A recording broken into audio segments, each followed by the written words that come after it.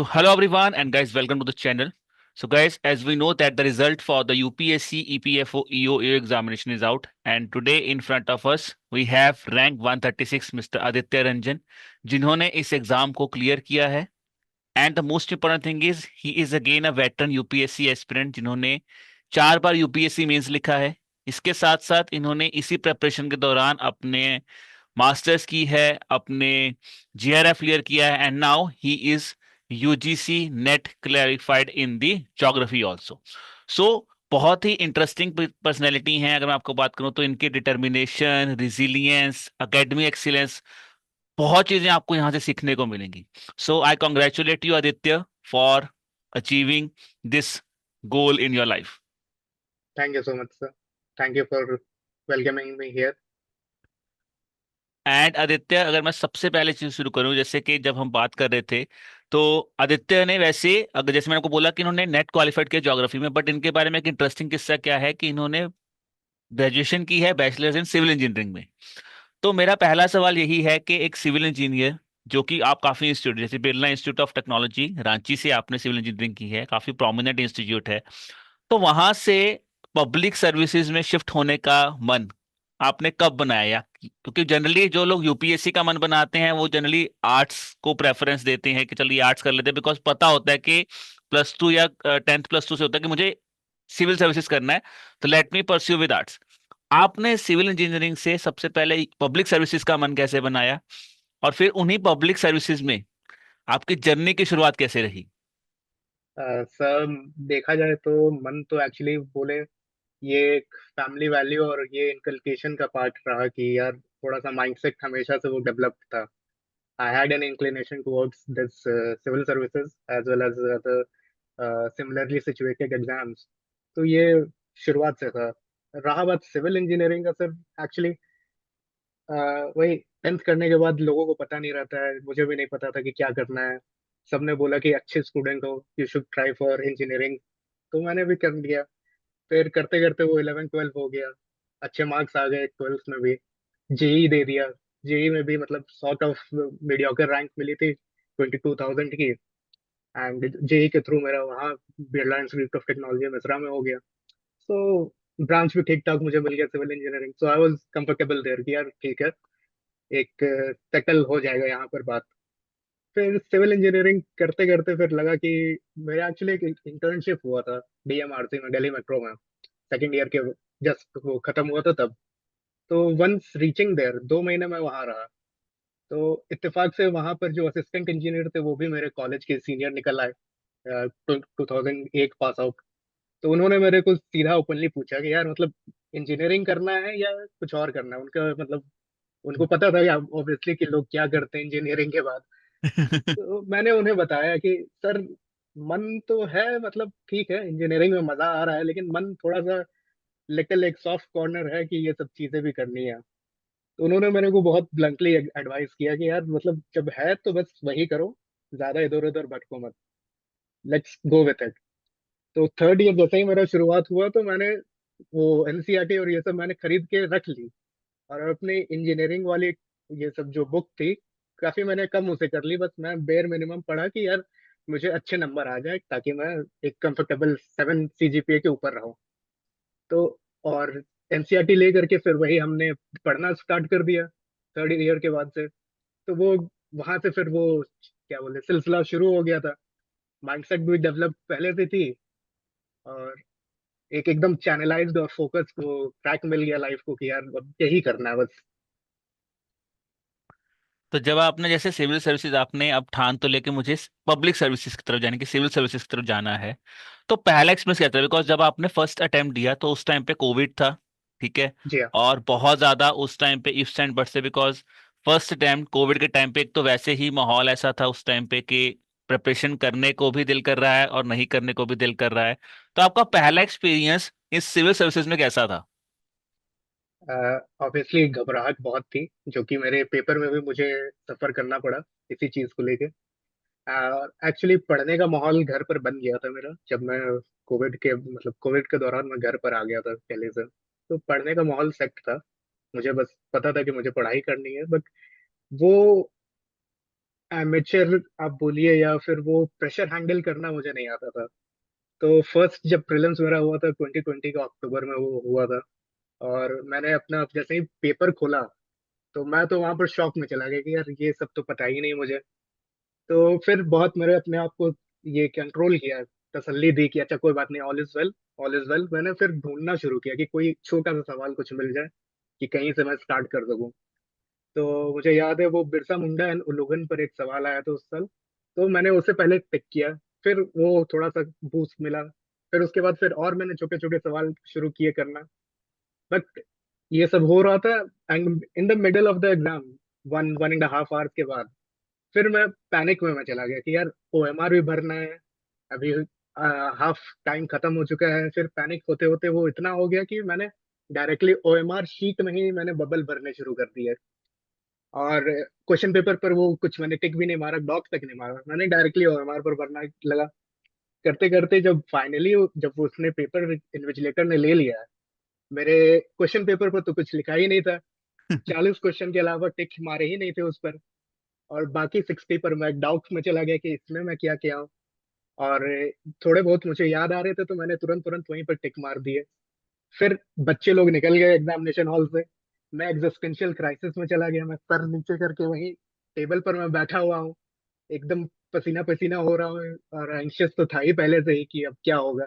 फिर मैंने देख रहा हूँ कि अरे इसका क्या किया, उसका क्या किया। मुझे आज तक वो नहीं पता चले कि मैंने मार्क क्या किए थे।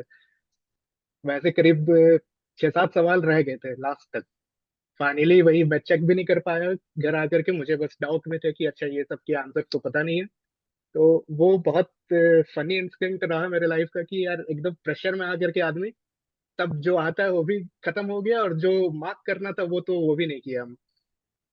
ये आई थिंक आई थिंक जो जितने भी बर्डिंग एस्पिरेंट्स हैं उनको इनसे सीखना चाहिए, बिकॉज जब आप पहली बार किसी एग्जाम में जाते हैं तो आई थिंक वो जो पैनिक होता है जनरली, तो आई थिंक वो एक हाँ काफी अच्छी चीज है जो आप इनसे सीख सकते हैं। देखिए एक वो इंसान जिसने 2021 में इस एग्जाम में इतना पैनिक किया, आप सोचिए कि उन्होंने उसके बाद उस पर कितना वर्क किया होगा कि लगातार मेंस लिखी हैं, और अब वो एक ईओए ऑफिसर भी बने हैं।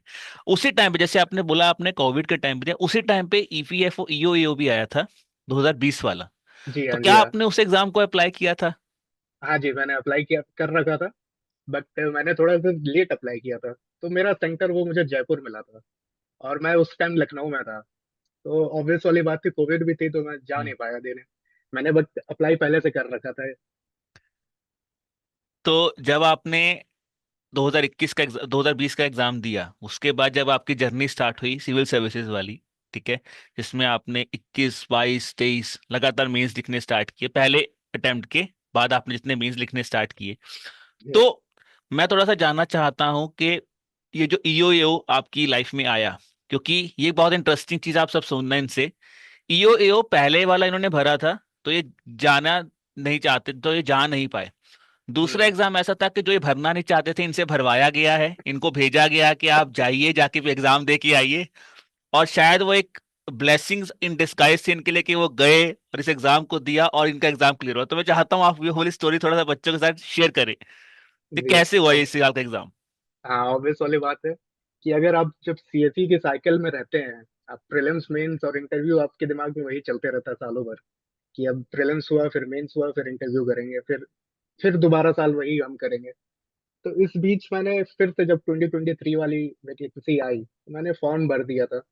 और 2023 में फिर से मेरा प्रीलिम्स पहले हुआ था, सीएसई वाली प्रीलिम्स तो जून में हुई थी। और ईओ और एपीएफसी की जो प्रीलिम्स थी ये शायद जुलाई में थी। तो जून में मैंने वो सीएसई की प्रीलिम्स दी। उसके बाद फिर मेरे को पता चल गया था कि मेरा सीएसई में हो रहा है फिर से। तो मैं मेंस की तैयारी में लग गया। ईओ बीच में पड़ गया, और मेंस का एकदम वो पीक वाला महीना था, दिमाग पहले से ही ब्लैंक चल रहा था। तो मेरा मन प्रीलिम्स देने के बाद, सीएससी के प्रीलिम्स के बाद ही होने लगा कि नहीं देते हैं, छोड़ देते हैं यार, इसमें तो हो ही रहा है कि कोई नहीं, सीएससी के मेंस पर फोकस करते हैं कि ये सब ठीक है, छोड़ देते हैं। बट मेरे वही मेरी माँ ने बहुत मुझे समझाया, बहुत बार मेरे को काउंसलिंग दी पूरे वो एक महीने के गैप में कि नहीं नहीं पढ़ो तुम, कि सीएससी तो हर साल दे ही रहे हो, थोड़ा सा टाइम निकाल करके ये सब कर लो, एपीएससी का पढ़ लो, इंश्योरेंस और ये सब जो अलग अलग वाले टॉपिक हैं ये सब पढ़ो। तो बहुत बार बहस हुई, बहुत बार मम्मी ने बहुत समझाया, उन्होंने भी बहुत बार डांटा कि नहीं ये सब होगा चलेगा, बट इतना तो हो ना कि 1-2 घंटा अगर निकाल लोगे तो मैनेज हो जाएगा सीएससी। तो उसी बीच मैंने जैसे तैसे बस पढ़ाई की। एडिशनल टॉपिक्स जो भी थे जैसे अकाउंटिंग और ये सब प्रिंसिपल्स, ये सब तो सीएससी के सिलेबस में थे नहीं। तो इससे इसके लिए मैंने 1-2 घंटे अलग से निकाले, इसके प्रिपेयर किया। और इवन फाइनल वाले दिन जब मैं सब प्रिपेयर कर लिया था, तब भी मैं रात में ही मैं माहौल ये होने लगा था कि यार छोड़ो, सुबह जाना है, उठना है, फिर जाना पड़ेगा उतना दूर, फिर वापस आना होगा, और वो भी दोनों मतलब 2 पेपर हैं, एपीएफसी और ईओ, पूरा दिन निकल जाएगा उसमें। तो फिर मम्मी ने मुझे डांटा भी, और फिर वही मार के धक्के मार के मुझे भेजा कि यार नहीं, चलो सुबह हो गया, जाओ अब। कि ऐसे नहीं होगा कि बाकी एग्जाम होते रहेगा, ये भी दो। तो इत्तेफाक से वही वो धक्के मार के मम्मी ने निकाला, और मैं गया जैसे तैसे वहां पहुंचा, मैंने एग्जाम दिया। फिर और सीएससी वाली वो प्रीलिम्स वाले मोमेंटम में ही बाकी सब टॉपिक सही हो गए। थोड़े बहुत अकाउंटिंग और ये सब गलत भी हुए, बट ठीक ठाक मुझे नॉलेज आ गई थी 1 महीने में। तो मैंने वो भी पढ़ पढ़ के बस दे दिया किसी तरह। तो आई थिंक जैसे ये एक ब्लेसिंग इन डिस्गाइज जिसका कहते हैं ना, माँ का प्यार हमेशा साथ रहता है, तो वो शायद एक मदरली इंस्टिंक्ट था कि नहीं भाई, इसको इस पेपर से तो निकलवाना ही निकलवाना है। बिकॉज जनरली हाँ। ये एक बहुत अच्छी लर्निंग भी है, जो भी स्टूडेंट्स ये सक्सेस स्टोरी देख रहे हैं और जनरली वो यूपीएससी की तैयारी कर रहे हैं।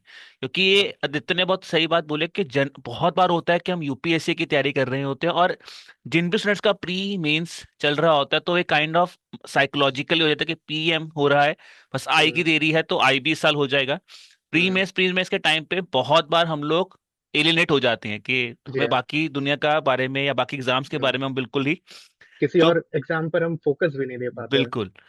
और एक चीज और इंटरेस्टिंग है, जैसे आपने बोला कि इनके मदर का रोल बहुत इंपॉर्टेंट, जैसे हमने अभी सुना है इनसे, इनके मदर ने इनके लिए एक स्पेशल, इनके जब ये प्रेपरेशन कर रहे थे तो इनके लिए एक सीरियल का नाम था जो इनको डेडिकेट किया गया था। तो मैं चाहूंगा कि वो थोड़ा सा डेडिकेशन भी ये बताएं, बिकॉज मैंने आपको बोला बहुत ही इंटरेस्टिंग स्टोरी रही है इनकी। जैसे मदर ने भेजा, तो मम्मा इनको एक, इनके मदर इनको एक सीरियल से जानते थे कि यार ये एक सीरियल है जो बहुत लोगों ने देखा होगा, मैं चाहूंगा वो इसका नाम भी लेंगे एस्पिरेंट्स का, कि वो कहते हाँ। थे कि कैसे एस्पिरेंट्स उनकी मदर डेली देखती थी। हाँ। तो वही काफी लोग, ओटीटी का जमाना आ गया तो कोविड के बाद लोग ओटीटी देख रहे हैं दिन भर बैठ के कुछ कुछ, तो काफी मेरे मम्मी को बोलते थे, मेरे पापा को बोलते थे कि ये देख लो, वो देख लो। तो वैसे ही उस टाइम एस्पिरेंट्स आया था यूट्यूब पे, जो लोगों ने काफी तारीफ किया कि यार देखो कितना ये है, स्ट्रगल है, और कितने बच्चे का वो एकदम रॉ दिखाया है स्ट्रगल, और लाइव मतलब रिलेटेबल कंटेंट बनाया है, कितना अच्छा है। तो ऐसे ही मम्मी को बहुत लोग बोला करते थे कि ये देख लो, ये देखो। तो मम्मी वही बोले कि इसमें देखने वाली क्या बात है, ये तो हम ऑन अ डेली बेसिस देख रहे हैं, ये इनके दोस्त हम सभी को देख रहे हैं, 4-5 हम सब थे। हम हम सब का वही लाइफ था कि सुबह उठो, सुबह से वही में लग जाओ, पेपर पढ़ो, खत्म करो, फिर लक्ष्मीकांत पढ़ो, तो ये पढ़ो तो वो पढ़ो, रात तक यही सब चल रहा है। हम मुंह भी खोलते तो हम तो पढ़ाई की ही बात करते हैं, बाकी सब तो हम बकवास कर ही नहीं पाते हैं, क्योंकि वो दिमाग में ही वही रहता है। तो वही वो उनका वही था कि यार देखना क्या है, ये सब तो हम ऑन अ डेली बेसिस देख रहे हैं, इसमें देखने वाले क्या बात है, ये बताओ अब। तो मतलब ये भी बड़ी इंटरेस्टिंग स्टोरी है कि जनरली माँ बाप इंस्पायर होते हैं कि देखिए हमारा बच्चा भी इस तरह की जर्नी जी रहा है, तो उनको मतलब आंटी ने बड़े फनी वे में बोला कि देखो ये तो हो ही रहा है, इसमें देखने वाला क्या है? इसमें तुमने कौन सा नया दिखाया जो तुम इसको बोल रहे कि बहुत ही अच्छा बना हुआ है। और अ, इसी से मुझे लगता है कि एक और इंटरेस्टिंग चीज उन्होंने बोली जो इनके फादर के बारे में, आई थिंक इनके फादर का एक बहुत बड़ा रोल है इनकी इंस्पिरेशनल जर्नी में, जिन्होंने इनको इंस्पायर किया है टुवर्ड्स दिस यूपीएससी चैनल की मैं बात करूंगा। तो मैं हम्म। चाहूंगा कि आप थोड़ा सा अपने फादर के बारे में बताएं कि how your father has influence, because कहीं ना कहीं जब जर्नी में हम जिसमें जा रहे हैं, वो यूपीएससी की जर्नी जनरली पहले साल बहुत अच्छी लगती है, दूसरे साल हाँ। वो थोड़ा सा बर्डन बनती है, जी हाँ। तीसरा साल, चौथा, third attempt, fourth attempt, fifth attempt, वो हम्म। अटेम्प्ट ऐसे होते हैं जो कहीं ना कहीं पिंच होने शुरू हो जा रहे हैं। तो वहां पे कहीं ना कहीं एक ऐसी इंस्पिरेशनल फिगर अगर घर में हम्म। हो, आप जी उनको जी। बार बार डेली लेवल पे देख रहे हो, तो शायद वो एक अंदर से बहुत मोटिवेशन आता है कि हाँ, मैं देख रहा हूँ उनको, तो मुझे भी यही बनना है, तो कोई नहीं, इस साल नहीं तो अगले साल बन जाऊंगा। तो वो मोटिवेशन हम्म। आपको कैसे दिखती थी अपने फादर में? अ, देखिए, हम तो सही सच बात बताए तो हम तो यूनिफॉर्म से अट्रैक्ट होते ही हैं, मैं रहा या पूरे भारतवासी मैं कह सकता हूँ। तो वही मेरे डैड अभी डीआईजी हैं सीआरपीएफ में, इज प्रेजेंटली एट चेन्नई। तो मैं तो इसी में पला बढ़ा हूँ, मैं तो यूनिफॉर्म और ये सब चीज़ों के बीच में। तो मुझे तो बहुत चार्मिंग लगता ही था हमेशा से कि यार यही करना है, कुछ ऐसा ही करेंगे अगर करना है तो लाइफ में। तो मैंने बल्कि वही सीएससी और ये सब वाली जर्नी भी मेरे दिमाग में वही थी कि यार यही करना है।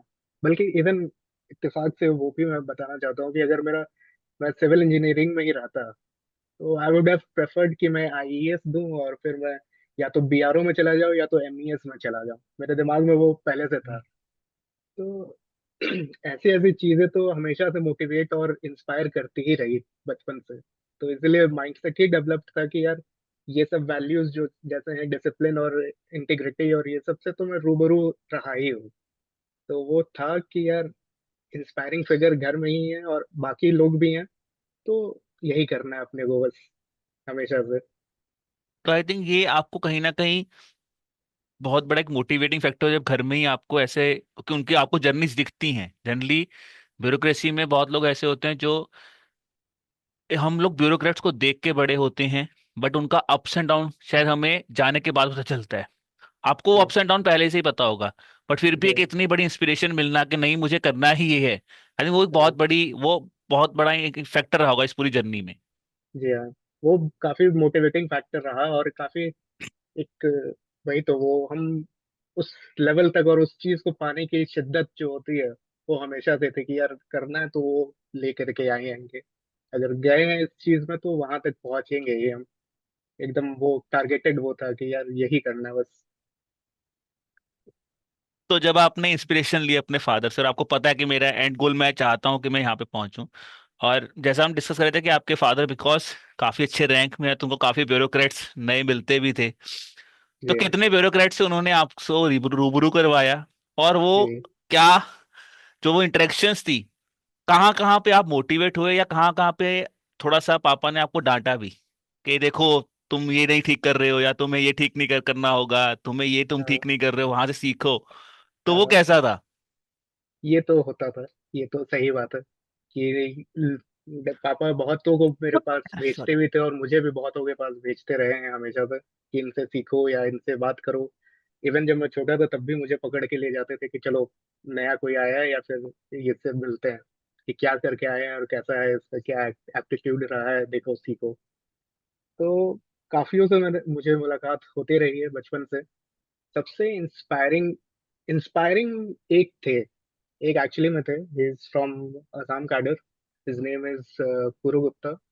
एंड उनकी स्टोरी सुन के काफी मुझे लगा कि यार हाँ मेहनत तो है इस सीएससी में एंटर करने के लिए। मेहनत तो बहुत है। He was from N IIT and वो अपने स्टोरी बताते थे कि वो कैसे मतलब आफ्टर फेलिंग 3 अटेम्प्ट उन्होंने फाइनली लास्ट अटेम्प्ट में कैसे अपना क्लियर किया। और कितना मेहनत था क्योंकि उनका मेहनत वो दिखता था। वो अपने बस स्टोरी सुनाते थे कि यार हम सुबह से जब बैठते थे और करते रहते थे तो वो उठने का भी उनको टाइम नहीं मिलता था। उनका टिफिन जो आता था वो भी वो छोड़ देना करते थे। और फाइनली वो रात को जब सोने जाते थे तब फिर वो फाइनली अपना वो लंच या जो भी दिन भर का बचा रहा वो करते थे। एंड इवन टॉयलेट उठने के लिए भी उनको ये लगता था कि यार उठ जाएंगे तो मतलब छूट जाएगा कुछ मेरा। तो बहुत वो स्ट्रगल वाले और वो इंस्पायरिंग फिगर तो रहे थे। और एक एकदम चार्मिंग और एकदम क्या बोले, वर्ड नहीं आ रहा मुझे, काफी इम्पैक्टफुल फिगर एक और मिले। He is an IPS, he is from admit card. Vikrant Meena नाम है उनका। एंड वो काफी एकदम ऑब्जेक्टिव उनका ये था रेजोल्यूशन और सब चीजों में कि अगर ये ए है तो बी करो, बी है तो सी करो, वैसा वैसा करके he had a very long checklist, करीब 10-12 पॉइंट का, कि मेंस में ऐसे करना है। मेंस में अगर डब्बा बनाना है तो सही से बनाना है। फिगर बनाना है तो उसको लेबल करना है। ये फिगर में अगर लेबलिंग है तो पेंसिल से करना है या तो वो ज्योग्राफी ऑप्शनल है मेरा तो उसमें उन्होंने पहले ही बोल दिया कि कलर पेंसिल यूज करो। और फिर वही कि 80 वर्ड से ज्यादा एक पेज पर मत लिखो, कोई जरूरत नहीं है, जाने दो क्योंकि वो टाइम वेस्ट हो जाएगा। तो वही उनका काफी कैलकुलेटिव और काफी एकदम डिसाइसिव उनका अप्रोच रहा था मेंस के प्रति। तो ये सब ये 2-3 फिगर जो थे बहुत क्या बोले इम्पैक्टफुल भी रहे और बहुत इंस्पायरिंग भी रहे मेरे ऊपर। तो जैसे आज आपको, आपसे सुन के बहुत लोग अपने पास कुछ पॉइंट्स नोट कर रहे होंगे, तो आपने, क्योंकि आप इतने फिगर से मिले, ठीक है, आपको क्योंकि ये बहुत, ये I think you are blessed with that thing के बहुत कई लोगों को बहुत ज्यादा मेहनत करनी होती है कि एक ब्यूरोक्रेट से मिल लें और उनसे सीख लें, ठीक है। ये आपके लिए वो थोड़ा सक्सेस इजी हो गया, बट मैं आपसे ये जानना चाहता हूँ एज अ स्टूडेंट, जो भी एस्पिरेंट्स आपसे बात कर रहे होंगे, क्या क्या पॉइंट्स ऐसे हैं जो एज एन एस्पिरेंट आपको लिखना होता है, बिकॉज बहुत ज्यादा आपको एम्पल अमाउंट ऑफ गाइडेंस मिल जाता है। हाँ हर सर। एक की जर्नी डिफरेंट होती है, हम्म। अप्स अलग हैं, डाउन्स अलग हैं, प्रेपरेशन स्टाइल अलग है, क्योंकि अगर आप सभी प्रेपरेशन स्टाइल को अपनाने जाओगे तो सबसे बड़ा प्रॉब्लम क्या होगा कि you will be doing and up doing nothing. आप कुछ नहीं कर पाते बहुत बार, ये होता है जनरली, ये बहुत बच्चों के पास यही होता है। आप हम्म। क्या एक एडवाइस देना चाहोगे स्टूडेंट्स को कि आप जब भी किसी, तो किसी की सक्सेस स्टोरी देख रहे हो या किसी से आप बात कर रहे हो, तो आपको क्या पॉइंट्स अपने माइंड में रखने चाहिए जो आपकी प्रेपरेशन में हेल्प करेंगे? हाँ, तो मोटे मोटे मैं तो वही बोलूंगा कि सारे की वो अप्रोच अलग अलग होती है, ये तो फैक्ट है। मेरा जो मैंने फॉलो किया वो किसी और पर एप्लीकेबल शायद नहीं होगा, लेकिन एक जो होता है चेकलिस्ट, एक पैरामीटर है, जैसे पीवाईक्यू तो हमें हमेशा सॉल्व करनी चाहिए, बी इट एनी एग्जाम के हम करें, जो भी प्रिपेयर हम कर रहे हैं। उसके सिलेबस से हम रूबरू काफी बार होना पड़ेगा। उसके सिलेबस वाले पॉइंट्स हमें सही जगह से सही सोर्सेज से पढ़ने चाहिए, ये तो मैं भी मानता हूँ कि सारी किताबों में या सारे सोर्सेज में सभी पॉइंट्स को कवर नहीं किया जाता है, अगर किया भी जाता है तो उतने डिटेल में नहीं किया जाता है। और तीसरी बात मैं मानता हूँ कि बी लिमिटेड, नोट्स छोटे होने चाहिए, क्रिस्प होने चाहिए, ताकि हम बार बार उसे रिवाइज कर सके। ऐसा नहीं कि हम बुक पढ़ रहे हैं तो फर्स्ट ही टाइम हमने नोट बना लिए, तो फर्स्ट टाइम में तो आप पूरे बुक ही को आप वो लिख लीजिएगा, तो वो तो गड़बड़ बात है। नोट छोटे होने चाहिए, एकदम टू द पॉइंट होने चाहिए। ये तीन चीज तो मैं बोलूंगा कि हर एस्पिरेंट को फॉलो करना चाहिए किसी भी एग्जाम में। और बाकी तो बहुत सारे स्ट्रैटेजी और ये सब वीडियो हैं, तो थोड़े बहुत आप अपने पिक एंड चूज आप कर लीजिए अपने हिसाब से। तो आपने अपनी डू एंड डोंट लिस्ट बनाई थी आदित्य? क्योंकि आप इतने लोगों से मिले हैं तो ऑब्वियसली जब हम इतने लोगों से इंस्पायर होते हैं, जैसे आपने बोला कि तीन बेसिक्स हर एस्पिरेंट को हम्म। नोट करना है, पर कहीं ना ये कहीं क्या होता है, किसी से आपको कुछ डू मिलता है, कुछ डोंट मिलता है, कि इनसे मैंने सीखा कि ये डोंट वाली पार्ट में आ गया कि यार ये वाला पार्ट मेरे को सूट नहीं करता, तो ये डोंट वाली लिस्ट में मेरी, ये मेरी डू वाली लिस्ट में है। तो आपने ऐसे कोई लिस्ट बनाई हुई थी अपने पास? जी हाँ, मैं भी वही, मैं सुनता सबकी था लेकिन मैं करता अपनी ही हूँ, ये तो है। तो जैसे बहुत बार हुआ, जैसे ही अभी मैंने बता रहा था कि कलर पेंसिल का सर हम्म। ने बोला कि कलर पेंसिल यूज करो, बट मैं वो कर नहीं पाया कभी भी एग्जाम में आज तक, क्योंकि वो मेंस में तो टाइम ही नहीं मिलता मुझे आज तक। तो मैंने वो फिर फाइनली ब्लैक पेन से ही मैं वो मार्क करके आया हूँ अभी तक। जैसे ज्योग्राफी ऑप्शनल में 10 मार्क्स का, हाँ, मैपिंग होता है फर्स्ट में, पेपर 2 में, तो वो मैं पेन ही से किया हूँ आज तक, मैं पेन से किया हूँ चारों मेंस में, क्योंकि वो टाइम नहीं मिल पाता और रश रहता है। तो ये चीज मैं चाह करके भी नहीं फॉलो कर पाया, तो आज तक मेरी डोंट लिस्ट में ही है। तो इसलिए बाकियों की स्ट्रैटेजी आप सुने, समझे, बट कितने आप अप्लाई कर सकते हो वो आपके ऊपर है। I think that is the most beautiful thing जो आपको इनसे सीखनी चाहिए। देखिए, उन्होंने बहुत सारे शब्दों में हम सबको बताया है कि जनरली हम इतने लोगों को सुन लेते हैं तो हमें लगता है कि हमें सबकी स्ट्रेटजी फॉलो करनी है, तो आई थिंक वो डोंट लिस्ट होना बहुत जरूरी है। कि कई ये बार आपको चीज़ बहुत अच्छी लगती है बट आप अप्लाई कीजिए, और अगर आपको लग रहा है कि वो चीज़ आपके साथ चलेगी, तभी मुझे लगता है वो कहीं ना कहीं आपके लिए सक्सेसफुल होगी। तो आपको हम्म, ये चीज़ जरूर आदित्य से सीखनी चाहिए जिन्होंने आपको पॉइंट बताया है। ये नाउ लेट्स, जी एक और बोलिए चीज बोलिए। है सर। जी। मुझे मेरी मम्मी ने ही बोला बार बार पिछले 4-5 सालों में कि यार तुम्हारे हैंड राइटिंग बहुत लेजिबल नहीं है। मेरी हैंड राइटिंग है भी, मतलब बहुत एंगुलर थी, बहुत मैं घिस दिया करता था यूजुअली पेपर्स में। तो ठीक है, मुझे लगता रहा कि मतलब इससे फर्क नहीं पड़ता है, ऑब्वियस वाली बात, जैसे सबको लगता है कि यार सबका तो ऐसा ही हैंड राइटिंग होता है। तो बट पिछले मेंस के बाद मुझे लगा कि नहीं, कुछ इस पर भी करना चाहिए। हालांकि I failed this means also, but मैंने उस पर काम किया और मैंने एक कैलीग्राफी क्लास ज्वाइन कर ली। और मैं करीब 6 महीने में कैलीग्राफी क्लास पर वो 4 लाइन और 2 लाइन और सिंगल लाइन, वो सब सब पर मैंने लिखना प्रैक्टिस किया। तो इत्तेफाक से और मेरी मेहनत से भी वो हैंड राइटिंग थोड़ी लेजिबल हो गई और थोड़ा कर्सिव बैठने लगा। तो इस बार मैंने मेंस में वो भी ट्राई कर लिया कि यार चलो ठीक है, मम्मी इतने साल से बोल ही रही है, तो उसको डू लिस्ट में डाल करके मैंने उस पर मेहनत किया कि अभी कर ही देते हैं, अब ये भी अब कर लेते हैं। तो ऐसे ऐसी चीजें भी होती है कि डू और डोंट चेंज भी होते रहता है over the period of time. नहीं, बहुत बहुत बहुत सही बात है। I think that is something we always need to remember, because कोई भी चीज परमानेंट नहीं है, एवरीथिंग इज टेम्परेरी। बट हाँ, उस पॉइंट ऑफ टाइम पे क्या चीज आपके लिए सही है, क्या नई चीज है, वो जी। बिल्कुल सही बात है जो आप बता रहे हैं कि वो जरूर बच्चों को पता होना चाहिए। Now let's talk about this examination, because जब आप ट्रांजिशन किया आपने, यू वर राइटिंग मीन्स, आपने प्री दिया, मेंस दिया, एंड जनरली जैसे आपने बोला कि you were not that much interested in this examination because आप मेंस लिख रहे थे और आप उसी फ्लो में थे। तो मुझे पहले चीज ये बताइए, because when you are sitting in this examination obviously there are some topics जिसके ऊपर हम डेफिनेटली डिस्कस करेंगे अभी थोड़े टाइम में, और हम्म। ऑडिटिंग, अकाउंटिंग, इंडस्ट्रियल रिलेशंस, जो कि डिफरेंट हैं, उसके लिए आपको अलग से प्रिपेयर करना पड़ा। पर जो बाकी पेपर एब्सोल्युटली। था जो यूपीएससी से सिमिलर है, आपको क्या लगता है कि जो भी विंटेज एस्पिरेंट्स हैं, कितना हेल्प करता है अगर आप रेगुलरली मेंस लिख रहे हैं और आप प्री दे रहे हैं, तो वो कितना बड़ा पॉजिटिव फैक्टर या फिर प्लस पॉइंट बन जाता है for a UPSC aspirant? Absolutely sir, ये तो बहुत बड़ा प्लस पॉइंट रहा है मेरे खुद के अटेम्प्ट में रहा ये, क्योंकि मैंने सीएससी वाले जो भी पोर्शन थे उस पर मैंने बहुत ज्यादा फोकस नहीं किया। मैंने मेरे दिमाग में वही था कि यार अभी जस्ट एक महीने पहले मैंने प्रीलिम्स दिया है, और फैक्ट्स और ये सब जो भी चीजें थी सीएससी वाली तो मेरे दिमाग में है। I was very much confident in my preparation कि ये सीएससी वाली तो ये सब हिस्ट्री पॉलिटी ज्योग्राफी तो ये तो मैं हैंडल कर लूंगा। हैंडल क्या नहीं कर पाऊंगा, मुझे पता था कि अकाउंटिंग में नहीं कर पाऊंगा, इंडस्ट्रियल रिलेशन नहीं कर पाऊंगा, एपीएफसी में इंश्योरेंस मुझे मेरे लिए नया था, और और क्या होती है और भी कुछ कुछ छोटे मोटे टॉपिक्स जो जो थी, ये सब मुझे पता था कि इसमें ही मैं फंसने वाला हूँ। और लेकिन ये सब टॉपिक क्या बोले बहुत इजी भी है, अगर आप कर लीजिएगा तो ये काफी इजीली और काफी आपको वेटेज भी है इस एग्जाम में बनस्पत की वो सब ट्रेडिशनल हिस्ट्री पॉलिटी और ज्योग्राफी के। तो फिर मुझे पता चल गया क्योंकि मैंने पीवाईक्यू उठा करके खोलना शुरू कर दिया, तो देखा मैंने कि अच्छा ये सब चीजें हैं। और पता जब चला तो फिर मैंने बुक्स उठाने शुरू कर दिए। तो इसी में मैंने बुक पहले ऑर्डर कर ली। तो वो एक दिशा की पतली से बुक आती है ईपीएफओ और एपीएफसी ये सब एग्जाम्स के लिए, उससे मैंने थोड़ा बहुत पढ़ना स्टार्ट किया, बट वो काफी मुझे हेल्प नहीं मिला, क्योंकि वो एकदम बेसिक बुक थी, पतली सी थी भी, और ज्यादा कुछ वो एग्जामिनेशन पर्पसेस वाले एकदम क्वेश्चन उससे नहीं आ रहे थे। वो बस आपके समझने के लिए, आपकी अंडरस्टैंडिंग डेवलप करने के लिए थी।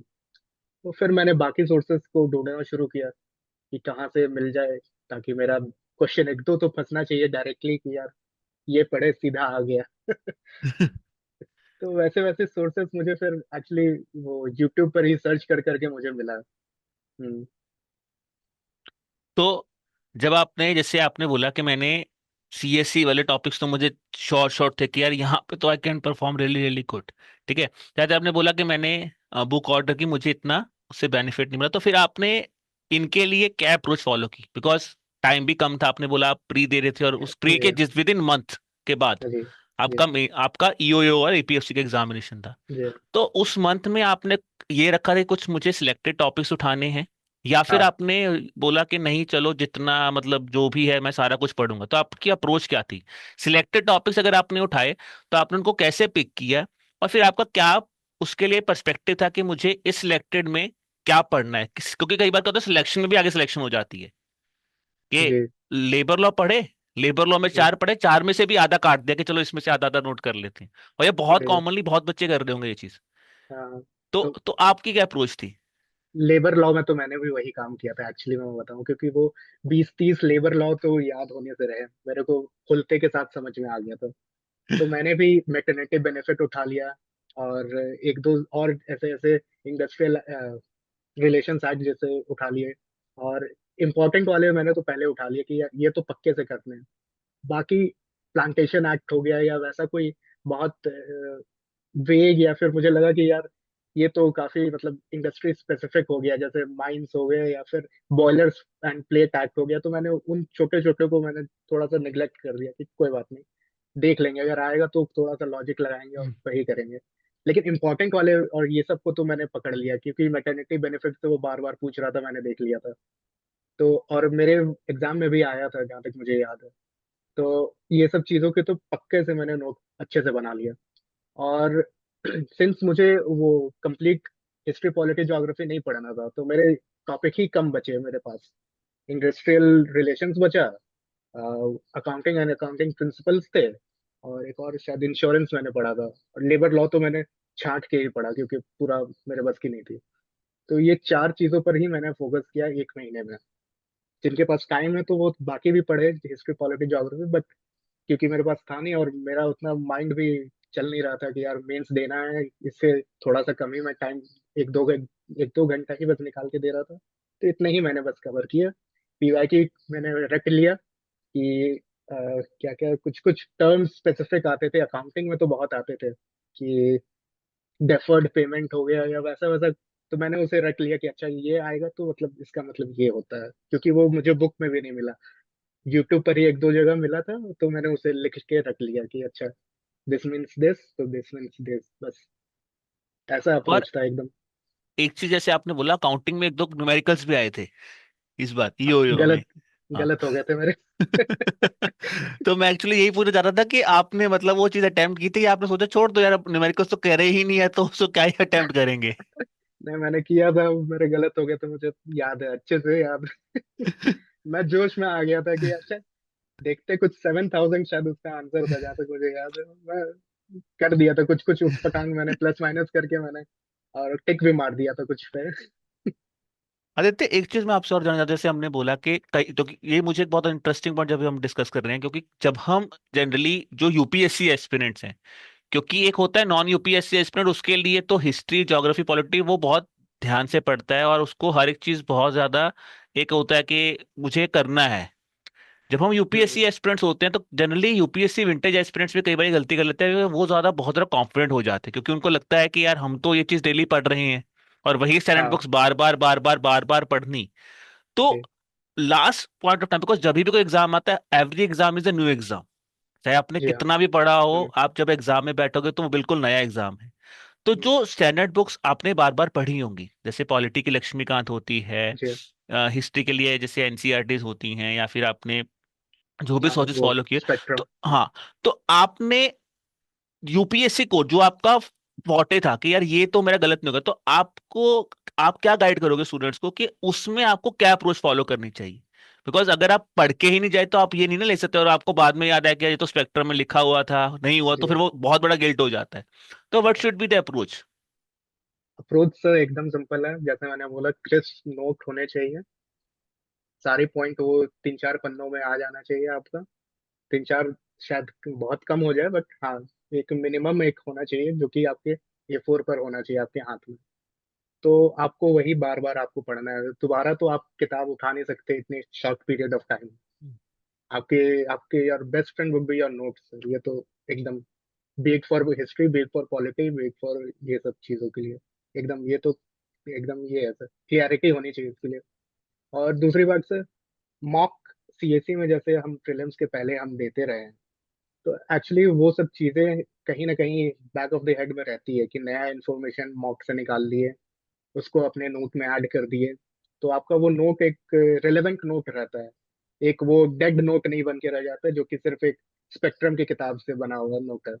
तो उस पर आप रेलेवेंट इंफॉर्मेशन ऐड करते रहे over a period of time, क्योंकि मेरा तो बहुत ज्यादा साल हो गया था, तो मेरे पास अच्छे खासे वो नोट का भी मैंने नोट बनाना पड़ गया था मुझे। जो पहले अटेम्प्ट में नोट थे वो भी वो इंफॉर्मेशन ऐड होते होते इतनी बड़ी नोट बन गई थी कि उसके भी मैंने शॉर्ट फिल करना पड़ा। तो वही सर 5 पन्नों में होना चाहिए, वैसे वैसे छोटे छोटे नोट होने चाहिए ताकि बार बार आप उसे पढ़ सके, और आधी चीजें आपके दिमाग में रहती हैं, आधी आप जो नहीं याद रहती वो आपके नोट में रहती है। मैं आपसे यही पूछना चाहता था, बिकॉज नोट मेकिंग अपने आप में कहना बहुत आसान है, जैसे आपने बोला छोटे नोट्स बना के रखो, but it's a very tedious task. और बहुत जी एस्पिरेंट्स ऐसे होते हैं जो कहीं ना नोट्स में ही उलझ जाते हैं कि सर शॉर्ट नोट तो मैंने सीख लिया कि आपने बोला शॉर्ट नोट्स बनाओ, पहली बार नोट्स बनाना, उसको जी हाँ, शॉर्ट करना, उसको क्रिस्प करना, तो जी क्या एक माइंडसेट होता है एक एस्पिरेंट का, और वो कैसे नोट्स शॉर्टन किए जाते हैं? मैं चाहूंगा कि आप थोड़ा सा गाइड करो, बिकॉज ये बहुत ही एक बड़ा इशू है फॉर ऑल दी एस्पिरेंट जो नोट्स बनाते हैं जनरली। जी हाँ। तो देखिए, आप पहली बार जो भी नोट आप क्लास नोट बना रहे हो, तो वो तो ऑब्वियसली आप नोटबुक में बना लिए, वो बड़ी नोटबुक आपकी बन गई है। तो आप दोबारा उसको जब पढ़ने बैठोगे तो उसमें आप हाईलाइट ही कर लिया करो। एक सेंटेंस जैसे है तो उसमें से आपको hardly this is and the ये सब चीजें तो आपको याद नहीं करनी है। आपको तो उसमें से बस लॉर्ड कॉर्नवालिस निकालना है, एक एक परमानेंट सेटलमेंट निकालना है, एक कॉर्नवालिस कोड निकालना है, एक 90 एक 1793 निकालना है। चार चीजें निकालनी है। तो ये चीज हाईलाइट कर लो, over a period of time एक और बार उसे पढ़ लो, ये चार चीज वो भी याद हो जाएंगी। बचेगा क्या? तो फिर जो छूट गया है उसे बस नोट बना लो। 1793 आपको याद हो जाएगी, कॉर्नवालिस याद रहेगी, कॉर्नवालिस कोड याद रहेगी। बचा क्या? तो उसमें आपको दरोगा सिस्टम याद नहीं रहा, तो उसकी आप फाइनली क्रिस्प नोट वही बन गई सर कि 1793 दरोगा सिस्टम। बाकी चार पांच चीजें कॉर्नवालिस था उस टाइम, और ये सब चीज तो आपके दिमाग में पहले से आ गई। तो ये रिपीटेशन से ही आती है, ये एक बार में नहीं होगी। अगर 4 पेज का नोट जो मैं बोल रहा हूँ कि सिंगल अटेम्प्ट या सिंगल आप चाहिएगा कि पहली बार में ही आप कर दीजिए, तो ये पॉसिबल नहीं है। I think again again a very good point he has shared with the aspirants के, मतलब जनरली ना हम आजकल के टाइम पे शॉर्टकट भागते हैं कि यार कोई समरी मिल जाए, ये मिल जाए। बट वो एक बहुत सही हम्म पॉइंट है कि यार जब तक आप खुद उस पर मेहनत नहीं करोगे, खुद हम्म। नहीं करोगे, खुद काम नहीं करोगे, खुद उस पे बैठोगे नहीं, उसको समझोगे नहीं, अपने वीक पॉइंट्स नहीं ढूंढोगे, तो वो चीज़ नहीं हो पाएगी। हाँ तो ऑब्वियसली सर, क्योंकि दिमाग हमारा ऐसा, हमें क्या नहीं याद है वो आपको वो क्या बोले टेस्ट करने के बाद ही पता चलेगी। कि कहीं आपको या तो एमसीक्यू वो मिल जाए, या तो आप खुद से बार बार आप पूछते रहिए, बात करते रहिए कि अच्छा इस टाइम ये हुआ तो ये हुआ, तो फिर क्या हुआ। तो वैसे वाली वो एक इनकलकेट करनी पड़ेगी, क्योंकि ऐसे सिर्फ किताबें वो हम बिहार में बोलते कलम कागज काला करना, उससे सिर्फ नहीं होगा सर। वो मेंटल आपको थॉट प्रोसेस बार बार वो चलाते रहना पड़ेगा, तभी याद भी रहेगी और तभी रिकॉल भी कर पाइएगा सही टाइम पे। I think it's really really good thing, but मैं थोड़ा सा जानना चाहूंगा कि आपका जो टाइम टेबल रहता था, बिकॉज आपने जो प्रिपरेशन की है, ठीक है, जी। तो आपका टाइम टेबल क्या रहता है? बिकॉज जनरली जब आप कोई चीज रिपीटेड रिपीटेड बार बार पढ़ रहे हो, और आप लोगों में नोट्स बना रहा था, तो एक टाइम टेबल भी कहीं ना कहीं स्विच होता है। तो आपका जी टाइम टेबल थोड़ा सा क्या रूटीन टाइम टेबल होता था आपका? Sir, to be very frank, जब मैं दिल्ली में कोचिंग कर रहा था तब तो बहुत स्ट्रिक्ट टाइम टेबल था। बट जब मैं घर पर आ गया तो बहुत थोड़ा सा रिलैक्स टाइम टेबल था मेरा।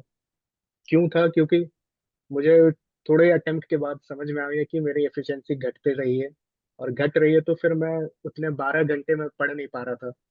तो फिर वो थोड़ा सा रिलैक्स होकर के, थोड़ा सा डोपामिन बूस्ट कर करके मैं फिर तोड़ तोड़ के पढ़ने लगा कि अच्छा ठीक है, एक ही घंटा पढ़ेंगे, बट वो एकदम पीक पर रहेगा मेरा एफिशिएंसी, तभी हम पढ़ेंगे। और इनिशियल डेज में तो बहुत हेक्टिक रहता था ये तो टाइम टेबल, जैसे सुबह उठो, सीधा कोचिंग भाग जाओ, फिर आओ न्यूज़पेपर पढ़ो, फिर ऑप्शनल की क्लास भाग जाओ, फिर से वो जो जो पढ़ाया गया है वो सब अपना याद करो, एक नोट बनाओ या जो कर रहे हैं आप, या फिर अगला क्लास का पढ़ो। फिर वो 2 स्लॉट बनते थे रात शाम को, मेरे को याद है कि एक तो शायद जीएस के मैं पढ़ लेता था 2-3 घंटे, और 1-2 घंटे मैंने ऑप्शनल की मैं नोट बना लेता था। फिर रात के ऐसे ही 11 हो जाते थे मेरे को याद है, और फिर मेरे को सोने का टाइम हो जाता था, क्योंकि सुबह 7 बजे फिर मुझे उठना पड़ता था, मुझे क्लास के लिए भागना पड़ता था दिल्ली में। घर पर ये थोड़ा सा रिलैक्स हो गया, मैं उठने लगा 8:30 बजे 8 बजे। फिर न्यूज़पेपर सुबह में ही मैंने खत्म करने का टारगेट रखता था कि यार 10 बजे तक खत्म कर देना है, उसके नोटबुक जो भी बनाने हैं बना बना के रेडी कर देना है। फिर एक स्लॉट मैं रखता था कि यार जीएस पढ़ना है, बी ए टेनी जीएस आपके। मैं तो यूजुअली वीक के हिसाब से रखता था कि मंडे को अगर ये पढ़ूंगा तो ट्यूसडे को अलग चीज पढ़ूंगा, क्योंकि थोड़ा सा रेपिटेशन से ऑब्वियस वाली बात है कि बार बार हर दिन आप सेम चीज नहीं पढ़ सकते हैं। और फिर एक स्लॉट ये रहता था जीएस वाला, फिर एक स्लॉट ये ज्योग्राफी का रहता था ऑब्वियस है क्योंकि वो ऑप्शनल था मेरा। फिर एक और स्लॉट मैं ये रखता था कि फिर से मैं जीएसई को टच करूं, या फिर कोई भी मेरा छूटा हुआ टास्क है वो मैं टच करूं। और ये स्लॉट हालांकि घर पर ये स्लॉट एक बार में नहीं रहता था, इसमें ब्रेक्स इंक्लूडेड थे कि अगर 4 घंटा मैं बैठूंगा तो ऑब्वियस वाली बात है मैं 10-15 मिनट तो ऐसे ही मैं ये बकवास में बिता दूंगा। फिर बीच में मैं चेयर पर बैठ जाऊंगा, या फिर मैं अपना सोने का ये हो जाएगा मेरा मन। तो ऑब्वियस वाली बात है कि वो तोड़ तोड़ के ही मैंने पढ़ाई की है घर पे, एक बार में मेरे से नहीं हुआ।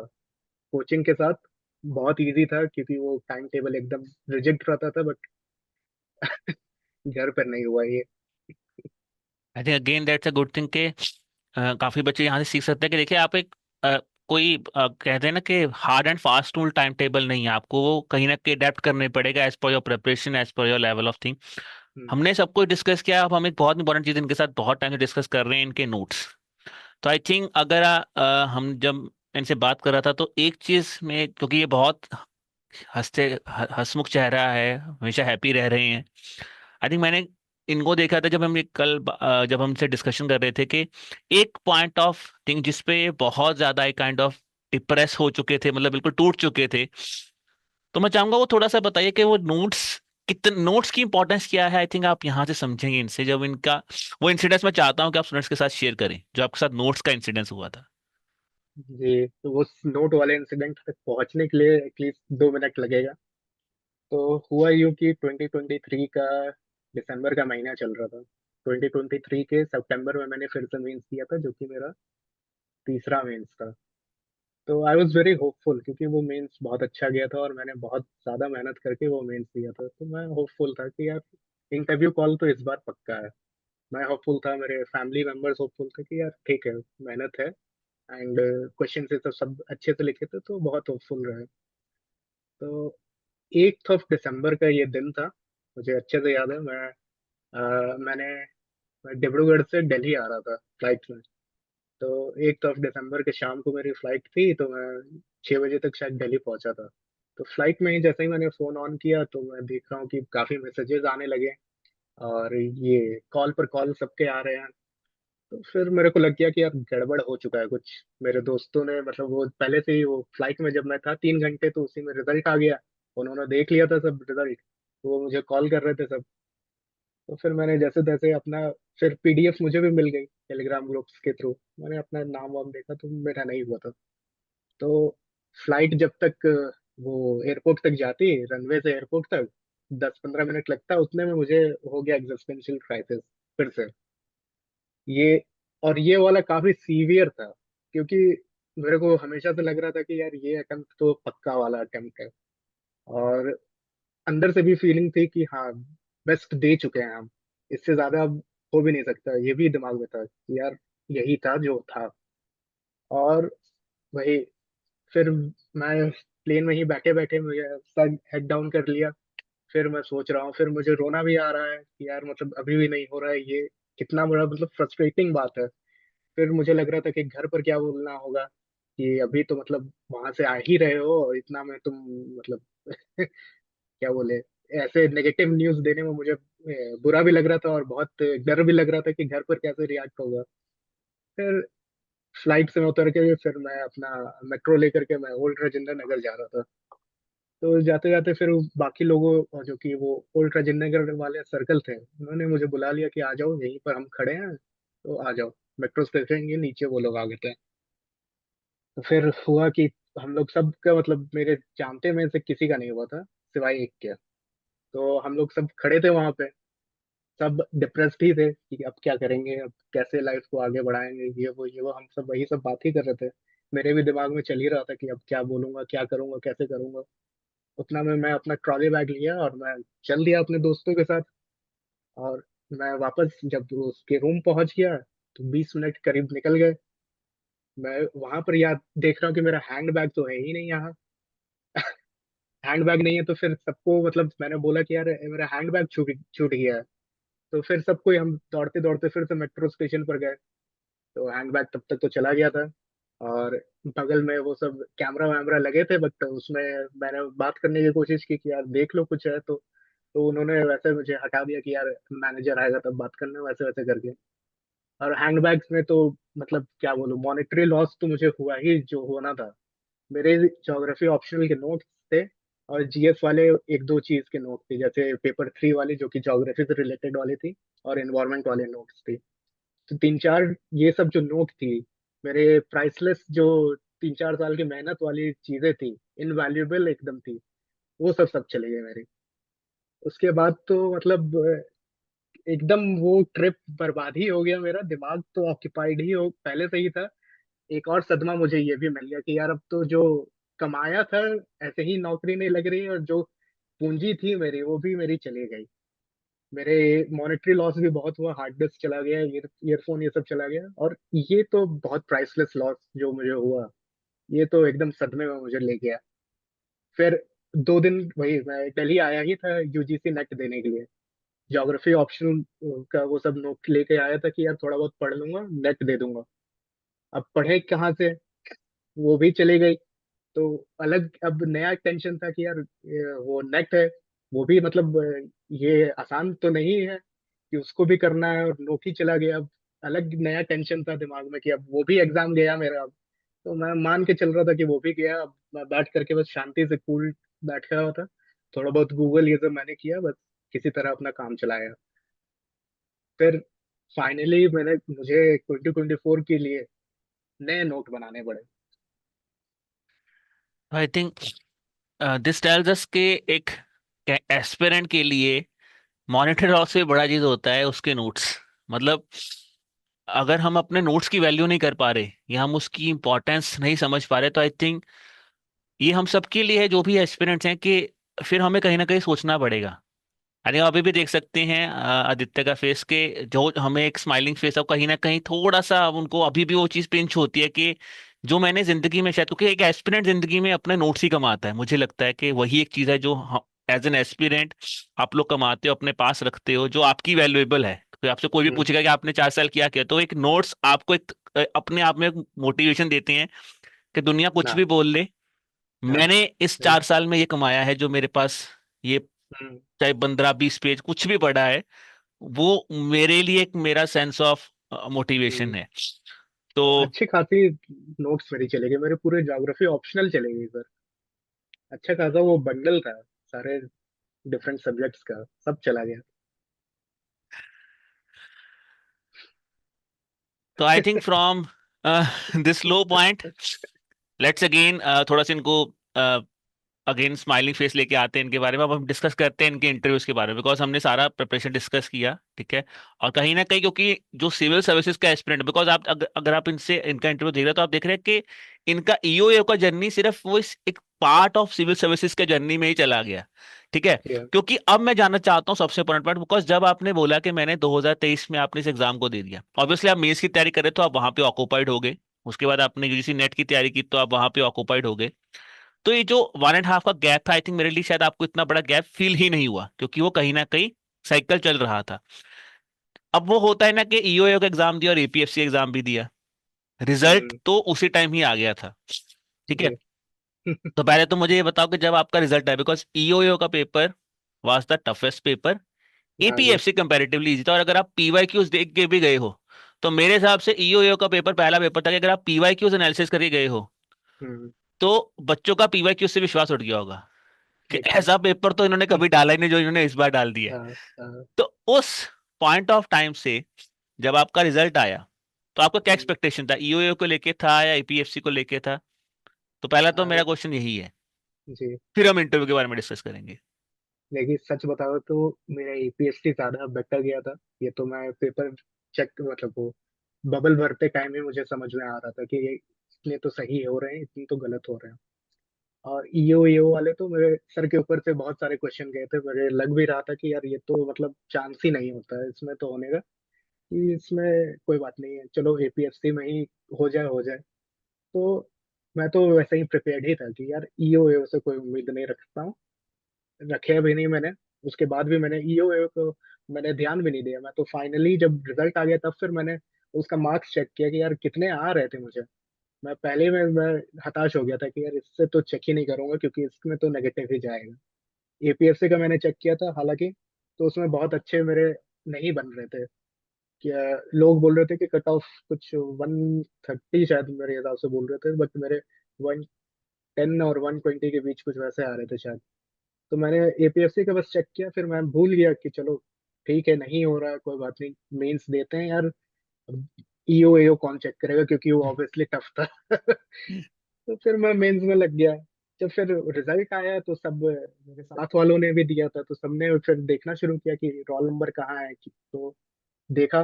तो एपीएससी हमने पहले देखा, क्योंकि लग रहा था कि एपीएससी में ज्यादा चांस है। तो ठीक है, नहीं हुआ वो ठीक है, कोई बात नहीं उतना, मतलब थोड़ा सा पिंच हुआ कि यार एक महीना हमने पढ़ा भी, मेंस को छोड़ के पढ़ा।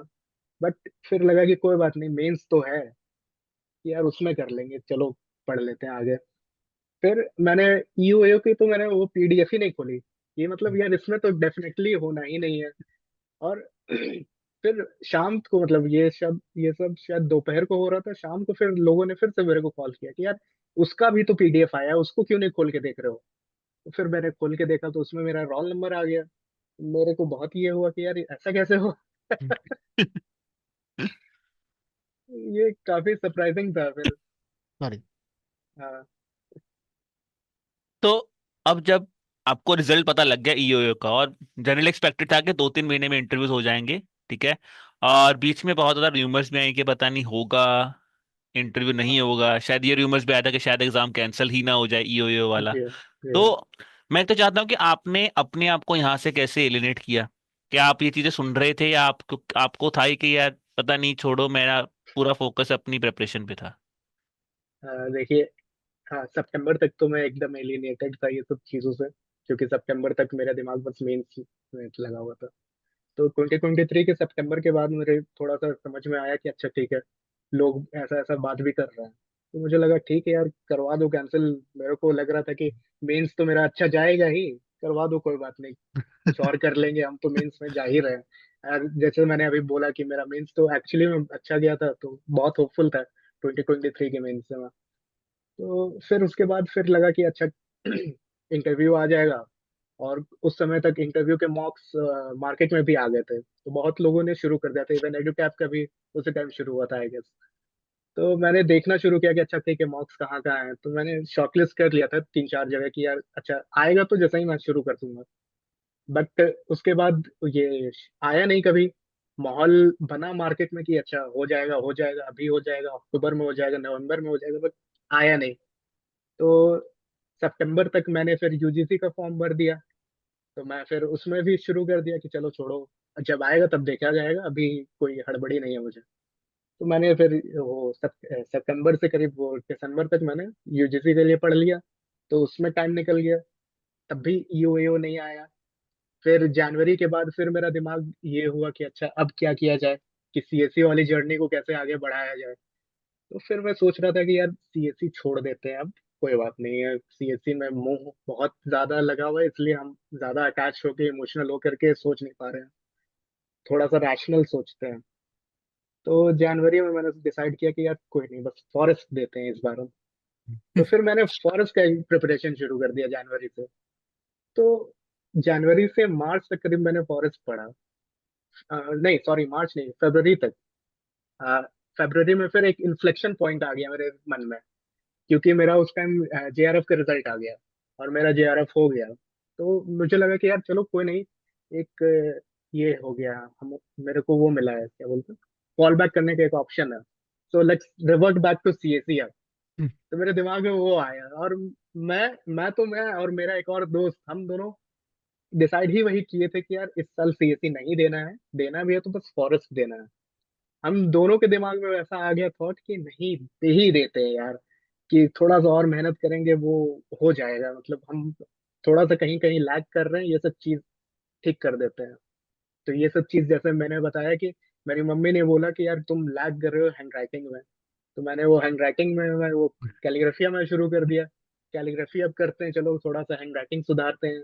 फिर मैंने ऑप्शनल के कोर्स ले लिया कि छोड़ो, चलो ज्योग्राफी वापस। फॉरेस्ट तो यार अभी अटेम्प्ट 3-4 बचे हैं, बाद में दे देंगे, कोई बात नहीं। सीएससी का वो क्या बोले, एस्पिरेशन और वो मोह लगा हुआ था जो वो छूट नहीं रहा था, ना तो मेरे से ना तो मेरे दोस्त से। तो हम दोनों ने फिर से वापस से शुरू कर दिया।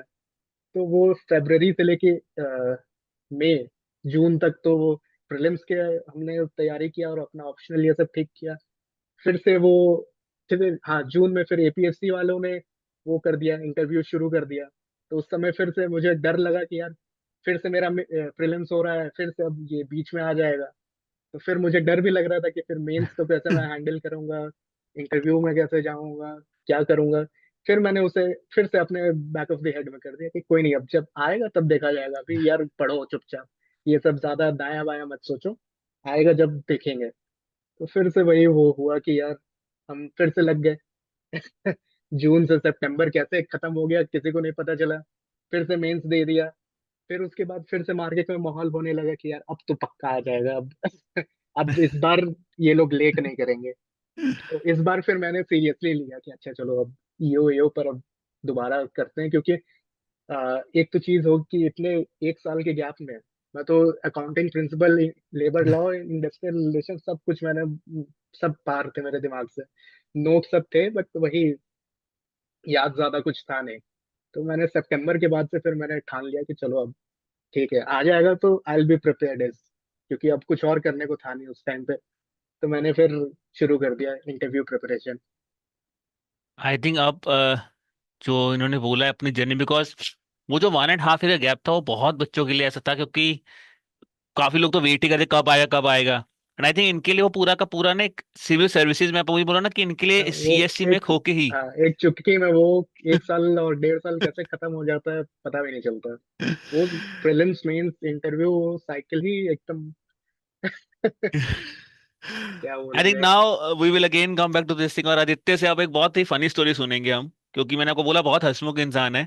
फनी स्टोरी है इनके मॉक इंटरव्यू से लेके। आई थिंक जब इन्होंने एडुटैप जी हाँ। में हमारे साथ जब ये जुड़े थे, तो मैं तो एक चीज आदित्य आपसे ये पूछना चाहता हूँ कि आपको हमारे मॉक इंटरव्यूज के बारे में कब पता चला, और जो आपका इंसिडेंस हुआ था, तो वहां से आपको क्या हम्म, लगा कि क्या एक पॉजिटिवनेस मिली आपको अपने मॉक्स को लेके भी? जी। तो मॉक इंटरव्यू वाले भी कहानी है, अच्छी कहानी है ये। मॉक इंटरव्यू में देना नहीं चाह रहा था, मैं सोच रहा था कि कोई नहीं, वही एक वो रहता है कि यार हम तो है ही, मतलब हम तो पर्सनालिटी तो है ही कि यार वो तो इम्प्रेस होना ही है। लेकिन ये जो प्रिपरेशन वाली साइकिल होती है, हमारा थोड़ा सा हम अलूफ हो जाते हैं, कट जाते हैं लोगों से, हम इंटरेक्ट करना भूल जाते हैं, स्पेशली क्योंकि अगर जैसे हिंदी में तो मैं बोल ले रहा हूँ, लेकिन इंग्लिश में मुझे आप बोलिए कि ये सब, यही सब चीजें एक्सप्रेस करना, तो वो एक बहुत बड़ा गैप हो जाता है। आप बोलना कुछ चाहते हैं, आपके मुंह से कुछ और निकल जाएगा, एंड सामने वाला तो परसीव गड़बड़ी करेगा फिर। तो यही चीज हुई मेरे साथ भी। एडुटैप का मैंने ऑनलाइन इंटरव्यू बुक कर लिया और मैं रेडी था, और सुबह के 10:30 बजे मेरे इंटरव्यू थी, ठंड के दिन था। जा करके मैं ऐसे ही लैपटॉप पर बैठ गया। तो उसके बाद मिस्टर सेलास थे वो इंटरव्यूअर, उन्होंने सवाल पूछना शुरू किया मुझसे। एक दो क्वेश्चन तो मैंने ठीक ठाक आंसर कर दिया, बट 10:30 से 10:35 तक मेरा दिमाग ठीक था। 10:35 के बाद मेरे दिमाग ब्लैंक हो गया। वो पूछ रहे कि what motivated you to join something like civil services, या वैसा कुछ सवाल था वो। फिर मैं जा करके मैं एक सेंटेंस बोला, उसके बाद मैं ब्लैंक था कि sir I want to join the civil services because dog dog dog. उसके बाद वो डॉग डॉग डॉग ही रह गया। मैं मैं उनसे बोल रहा हूँ कि सर, बोल के मैं चुप हो गया। वो भी हंसने लगे कि मतलब खत्म हो गया इसका, ट्यूबलाइट फ्यूज हो गया। और मैं भी हंसने लगा कि sir I know sir, I know what I had to say, but वो आ नहीं रहा है जुबान पे। तो जुबान पे एक्चुअली नहीं आ रहा था। फिर उन्होंने मुझे काउंसल किया कि नहीं देखो ऐसे करो, टेल समथिंग। उन्होंने ही बल्कि आंसर मेरा कर दिया कि यार ऐसे बोलो, ये बोलो। तो फिर मैंने बोला यस आई मेंट टू से दिस, बट मेरे से मुंह से नहीं आ रहा वो, पता नहीं मतलब फ्रीज हो गया है वो, दिमाग में था, मुंह तक नहीं आया। फिर उसके बाद तो वो इंटरव्यू मेरा खत्म ही हो गया था। उसके बाद सलाद सर ने मुझे काउंसलिंग ही करना शुरू कर दिया कि ऐसे करना है, ऐसे नहीं करना है, वैसे करना है, ये सब ऐसे घबराओ मत, बी कॉन्फिडेंट। तो मुझे तो लगता था कि मैं कॉन्फिडेंट हूँ ही, बट वो ओवर कॉन्फिडेंस में मैंने गड़बड़ कर दिया सब। तो और फिर हाँ, वो इंटरव्यू ऐसे ही खत्म हुआ, लास्ट तक वो काउंसलिंग सेशन में ही चला गया कि अच्छा ये फीडबैक है, डू दिस डू दैट, ऐसे करो वैसे करो, तो वो वैसे ही खत्म हुआ। तो आई थिंक यहाँ पे आपका काउंसलिंग सेशन हुआ एक जी इंटरव्यू के लेवल में। अब एक देखिए, बहुत लोग सोचेंगे कि शायद यहाँ पे नहीं काउंसलिंग हुई, बट आई थिंक ये इतने इंटरेस्टिंग पर्सन है ना, इनको फाइनल इंटरव्यू में भी एक मौका मिला था फॉर एन इंटरेक्टिव, जैसे होता है ना, हम कहते हैं ना बहस चल रही होती है किसी टीवी पे, तो ये एक डिबेटेबल मुद्दे में भी आए थे अपने इंटरव्यू में। तो मैं चाहता जी हूँ, क्योंकि आपका इंटरव्यू बहुत फनी है, क्योंकि पहले में आप बिल्कुल ब्लैंक हो हाँ। गए, और जी हाँ। सेकंड में आपका कहीं ना कहीं एक कंफ्लिक्टिंग चीज स्टार्ट हाँ। हुई। हाँ। तो मैं चाहता हूँ वो भी आप स्टूडेंट्स को बताएं कि क्योंकि कैसे हैंडल करना है समटाइम्स, ये भी चीज बहुत है। तो जैसे आपने बोला ब्लैंक है, तो कौंसिल हम्म। हुआ तो आप थोड़ा सा यू वर फीलिंग हाँ। Better now. जी फाइनल हाँ। इंटरव्यू में क्या हुआ था फिर? फाइनल इंटरव्यू में मैं गया। तो चेयरपर्सन जो थे उन्होंने तो मेरे से अपने मेरी हॉबी पर, जैसे मेरी हॉबी बॉडी बिल्डिंग थी, तो उन्होंने छोटे मोटे सवाल पूछे। फिर उन्होंने CAPF मेरे गैप्स में लिखा हुआ था क्योंकि, तो उन्होंने वहां से फिर सवाल पूछने शुरू कर दिए, तो वो तो नॉर्मल कॉर्डियल टर्म्स पर सब चला। जो सेकंड मेंबर थे मेरे राइट हैंड साइड पर बैठे थे, probably he was a professor of some university, तो काफी एकदम मेरे इस पे JRF पर वो घुस गए। अच्छा JRF करके आए हो, मतलब कर लिए हो? यस सर कर लिया हूँ। तो उन्होंने बोला कि यार अब बताओ थीसिस क्या है तुम्हारा। तो मेरा एक एक्चुअली उस टाइम थीसिस मैंने रेडी किया था, और वो था soil erosion in the protected areas of north east करके मैंने बनाया था। In the protected areas of north east as well as tea states of Assam, वैसा मैंने किया था। तो ये मैं करने जा रहा था, एक रूसले करके मेथड है, थोड़ा सा पुराना मेथड है, और रिमोट सेंसिंग और GIS का यूज करके। तो मैंने उन्हें बताया कि सर ऐसा ऐसा बात है, ये करना है। तो उन्होंने बहुत देर बहुत मतलब अच्छे से समझा कि अच्छा ये करना चाहते हो। फिर वो सवाल पूछना शुरू कर दिए, क्यों करना है।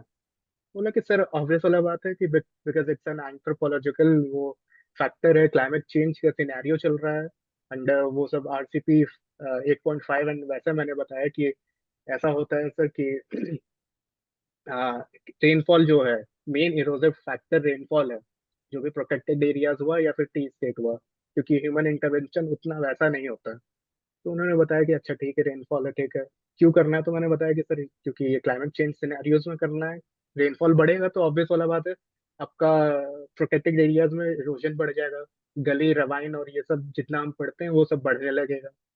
तो बोले कि क्यों करना है। तो फिर से उन्होंने पूछा कि करना ही क्यों है, मतलब जानना ही क्यों है। मैंने फिर बोला, कुछ बोला कि यार सर, मतलब मैंने पोलाइटली बोला कि सर करना तो चाहिए, because only if we estimated कि क्या हो रहा है प्रोटेक्टेड एरियाज के अंदर, तभी तो हम जानेंगे एज अ पॉलिसी मेकर कि हमको उसको प्रोटेक्ट करने के लिए और क्या क्या चीजें चाहिए। फिर भी वो थोड़ा सा ये थे, मेरे से ना खुश रहे। फिर उन्होंने बोला कि अच्छा ठीक है ये बताओ, इरोशन तो यार अच्छा भी चीज है, यू गेट फर्टाइल प्लेन्स, और ये सब गंगा ब्रह्मपुत्र वैली जो प्लेन बनी ये तो इसी से बनी है। वाई डू यू से कि इरोजन खराब चीज है, कि नए सर्विसेज क्रिएट हो रहे हैं, नया इरोजनल सरफेस वो वैलीज में बन रहा है, जैसे तुम्हारा कुल्लू मनाली और ये सब तो इरोजन पे से ही वो सरफेस है, रिवर टेरेस है। तो ये तो अच्छी बात है कि यार होना चाहिए। मैं बोला कि yes I do agree with you sir कि होना चाहिए, इरोजन तो होना ही चाहिए, क्योंकि हमें फर्टाइल प्लेन मिल रहे हैं, क्योंकि हमें नया अर्थ पर फ्लैट सरफेस मिल रहा है। ये तो ऑब्वियस वाला बात है सर, होना चाहिए, I do agree. But however I don't agree in this case कि सर ये हमारी वजह से हो, या हमारे कोई इनडायरेक्ट क्लाइमेट चेंज वाले एस्पेक्ट से हो। अगर ये नेचुरली हो रहा है तो ठीक है सर, हम तो चाहते हैं कि इरोजन होगा तो कहीं डिपोजिशन होगा, एंड इट विल क्रिएट अच्छा चीज हमारे लिए, फर्टाइल प्लेन होगा, मोर हम क्या बोले पॉपुलेशन बढ़ा सकते हैं, वहां बसा सकते हैं। तो फिर वही उन्होंने तब भी थोड़ा सा वो नाखुश रहे उसकी उस आंसर से भी कि यार नहीं नहीं। फिर मेरे दिमाग में था कि यार बोल तो रहा हूं मैं इनके अगेंस्ट, बार बार मैं बोलते जा रहा हूँ, और ये चीज करीब मेरे दिमाग में 10 मिनट तक ये सब चीज चल रही थी। मुझे याद है कि वो कुछ एक चीज बोल रहे हैं कि यार ऐसा क्यों करना है, मैं कुछ बोल रहा कि नहीं सर करना चाहिए करना चाहिए। वो फिर से बोल रहे कि नहीं क्यों करना है, कि कुछ और करो। वो बोल रहा कि नहीं सर ये तो अच्छी बात नहीं है। तो ये बहसा बहसी जो थी ये बहुत देर चली, और मेरे दिमाग में फाइनली आ भी रहा था कि यार इतना देर अब खिंच गया, अब सरेंडर कर देते हैं कि चलो सर आप ही सही, लेट्स एमिकेबली हैंडशेक और वो खत्म करते हैं ये कहानी। बट फिर मुझे लगा कि अब इतना दूर मैं खींच दिया हूँ इस बात को, तो अब सरेंडर करने में भी ये हो जाएगा कि यार पलट गए तुम तो, मतलब। तो फिर मैंने लास्ट में वही बोला कि sir I agree with all the statements you have said, however sir ये ऐसे ऐसे चीजें हैं। मैंने 2-3 पॉइंट गिना दिए कि यार sir climate change scenario is not a good thing, फिर एंथ्रोपोलॉजिकल फैक्टर्स जो भी हो रहे हैं वहां पर वो भी अच्छी बात नहीं है। तो ये 3-4 चीजों की वजह से हमें करना चाहिए और हमें रोकना चाहिए। तो ये करके हम फिर एक क्या युद्ध विराम वहां पर लगा हमारा फाइनली। और फिर कुछ हो गया, फिर उन्होंने CAPS पर भी मेरे से सवाल किया, तो फिर उस पे भी कुछ हुआ था, मुझे याद नहीं आ रहा है। लेकिन ये करीब 10 मिनट ये जो मेरा रिसर्च प्रपोजल से उन्होंने सवाल पूछना शुरू किया था, ये काफी हमारे बीच एकदम टेंशन वाली वो माहौल हो गए थे, और मुझे लग भी रहा था कि अब तो मार्क्स गया मेरा। मेरे दिमाग में बार बार था कि यार छोड़ दो, बट मैं बस एक ही चीज मैंने अच्छा काम किया कि मैंने वो थोड़ा भी प्रोवोक कर रहे थे तो मैं तेज आवाज में नहीं बोल रहा था। मैं आराम से पोलाइटली धीरे धीरे ही, जैसा मेरा टोन था मैंने वैसा ही उनको बोला कि सर ठीक है, आई डू एग्री, मेरा मतलब इंटेंशन नहीं है तो पर्सनली अटैक यू या वैसा कुछ, बट ऐसी बात है कि sir I differ with your opinion sir. ये बस एक मेरा प्लस पॉइंट रहा। आई थिंक ये एक बहुत इंटरेस्टिंग चीज है जो जनरली हम लोग सुनते हैं कि बहुत लोग सरेंडर कर जाते हैं और जी। मन में चल रहा है सरेंडर करना है, बट वो पॉइंट एक वो धर्म जो कहते हैं ना, युद्ध विराम आ ही नहीं रहा है और आप खुद में से सोच रहे हो कि अब आ जाए कि, और हाँ जब ये हो गया तो वेल कमिंग आउट, क्या आपको मन में आया कि यार इस बार तो नहीं होता कि इतना लंबा बहस हुआ है तो हाँ हाँ, मेरे को मेरे नहीं लगता कि दिमाग मेरा तो पक्का एब्सोल्युटली, गया। हाँ मेरे दिमाग में था कि गया। फिर लेकिन मेरे को ये लग रहा था कि मैंने सरेंडर नहीं किया, और मैं थोड़ा सा पोलाइटली ही इसी टोन में मैं बस उनसे बात कर रहा था, मैंने अपने आवाज भी नहीं ऊंचा किया, कुछ नहीं किया। तो मेरे को लग रहा था कि ठीक है, शायद मतलब यही सब क्वालिटी देख के दे दे, क्या पता उनका शायद मकसद ही यही हो, प्रोवोक करना, कि कुछ ऐसा आदमी बोल दे, मुंह से निकाल दे कि फिर ये हो जाए। बट मैं इसी टोन में धीरे धीरे मैं उनको ये करते रहा कि नहीं सर, ऐसा है सर, ऐसा है sir, it is not possible sir. मैं ऐसे ही धीरे धीरे मैं उनको रिफ्यूट कर रहा था, मैं ज्यादा क्या बोले इमोशनली मैं बह नहीं रहा था। तो मुझे लगा कि ठीक है, शायद मे बी यही उनको भा जाए। तो I think in that note if I talk about है, ये हमारी बहुत ही एक इंटरेस्टिंग जर्नी आपके साथ जो हमने देखी। सो आदित्य, इफ वी थोड़ा सा कंक्लूड करें इसको, बिकॉज जब आपके पास फाइनल रिजल्ट आया तो ऑब्वियसली जब आपको, क्योंकि आपने बैक ऑफ द माइंड थोड़ा था कि यार अब पता नहीं क्या होने वाला है, जी हाँ। फाइनली जब रिजल्ट आया तो एक तो माहौल कैसा था, आपके जो दोस्त थे, आपके फैमिली मेंबर्स थे, हम्म। उनका क्या रिएक्शन था? जी हाँ। तो फाइनली जब रिजल्ट आया तो मुझे तो पता भी नहीं चला था। किसी ने फिर मैसेज किया मुझे, मेरे दोस्त थे, कि यार रिजल्ट आ गया देखो हम जाके पीडीएफ में। मैंने देखा फिर मेरे वो रिजल्ट भी वो वाला नहीं था, सर्चेबल नहीं था, क्योंकि मैं नंबर डाल रहा था तो उसमें नहीं आ पा रहा था कुछ।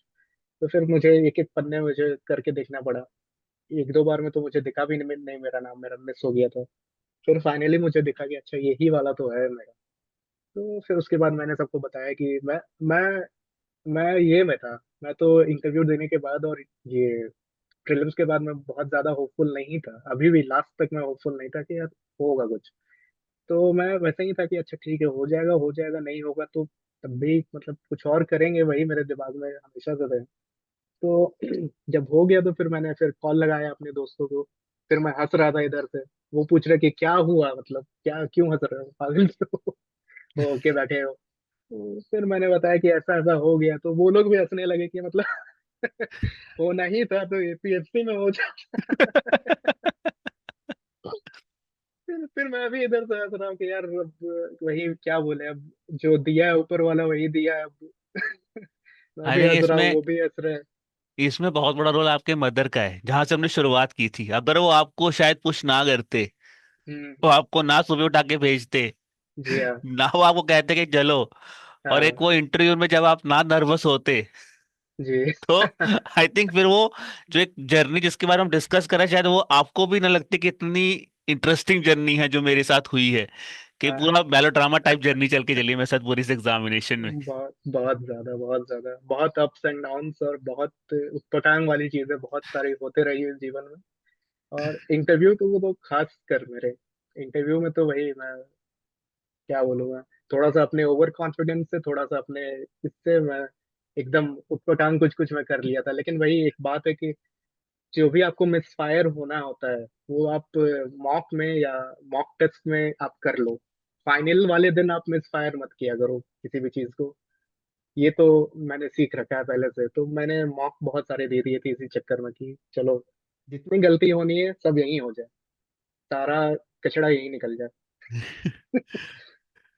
सो आदित्य, इफ आई से a last sort of advice for the upcoming aspirants, because आपसे बहुत चीजें सीखी हैं मैं, डेफिनेटली मुझे लगता है कि काफी बीइंग एन एस्पिरेंट, अगर मैं देख अगर काफी बच्चे सुन रहे होंगे आपको पूरा आपके एंड तक, तो उन्होंने बहुत चीजें सीखी हैं, मतलब ups downs, note making, fun loving character, क्योंकि बहुत बार हम प्रेपरेशन में एक शेल में चले जाते हैं कि शेल में चले हाँ जाते हैं, जी। बट आई थिंक आप वो शेल में नहीं थे। आपने एक बहुत एक हैप्पी करेक्टर में आप ने पूरी प्रेपरेशन जर्नी को रखी है।